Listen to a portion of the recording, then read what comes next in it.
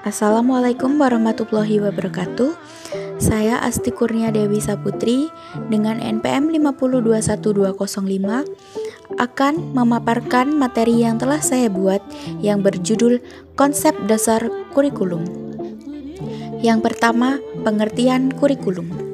Kurikulum adalah suatu sistem yang mempunyai komponen-komponen yang saling berkaitan erat dan menunjang satu sama lain. Komponen kurikulum tersebut terdiri dari tujuan, materi pembelajaran, dan evaluasi. Dalam bentuk sistem ini, kurikulum dapat berjalan menuju suatu tujuan pendidikan dengan adanya saling kerjasama di antara seluruh subsistemnya. Untuk yang kedua, yaitu fungsi kurikulum dalam rangka tujuan pendidikan.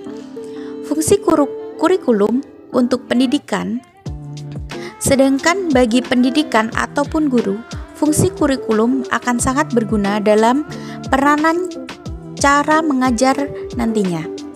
Pendidik atau guru akan merasa sangat terbantu dengan adanya kurikulum, karena mereka dapat mengajar dengan mengikuti struktur yang telah dibuat dalam penyampaian materi maupun evaluasi yang akan dilakukan terhadap peserta didiknya. Untuk selanjutnya, yaitu tujuan kurikulum. Tujuan kurikulum adalah sesuatu yang ingin dicapai pada dasarnya sama dengan tujuan pendidikan. Tujuan pendidikan ternyata berbeda-beda karena didasari adanya aliran atau konsep yang diyakini kebenarannya atau di mana sudut pandangnya. Kurikulum adalah alat untuk mencapai tujuan pendidikan. Tujuan pendidikan ini adalah sesuatu yang abstrak, ruwet, dan kompleks. Untuk selanjutnya, yaitu konsep dasar kurikulum.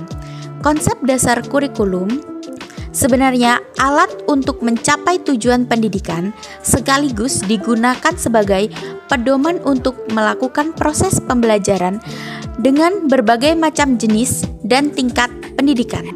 Secara historis, kurikulum diartikan sebagai alat membawa orang dari start menuju finish.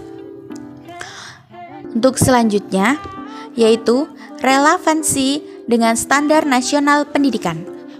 Peningkatan kualitas dengan relevansi pendidikan nasional perlu dilakukan melalui strategi yang pertama, mengimplementasikan penerapan standar nasional yang telah dikembangkan berdasarkan peraturan pemerintah nomor 19 tahun 2005 tentang standar nasional pendidikan. Yang kedua, yaitu dilakukan penilaian pendidikan melalui ujian sekolah, ujian nasional yang dilakukan oleh sebuah badan yang ditugasi untuk melaksanakannya.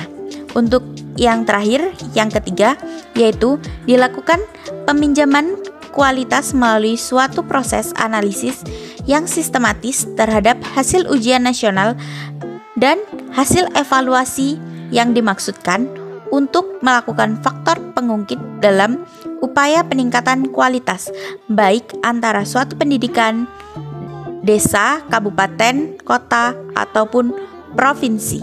Sekian materi yang dapat saya paparkan. Apabila ada kesalahan kata, lafal, atau pengucapan, saya mohon maaf. Saya akhiri, wabillahi taufik walhidayah. Wassalamualaikum warahmatullahi wabarakatuh. Terima kasih.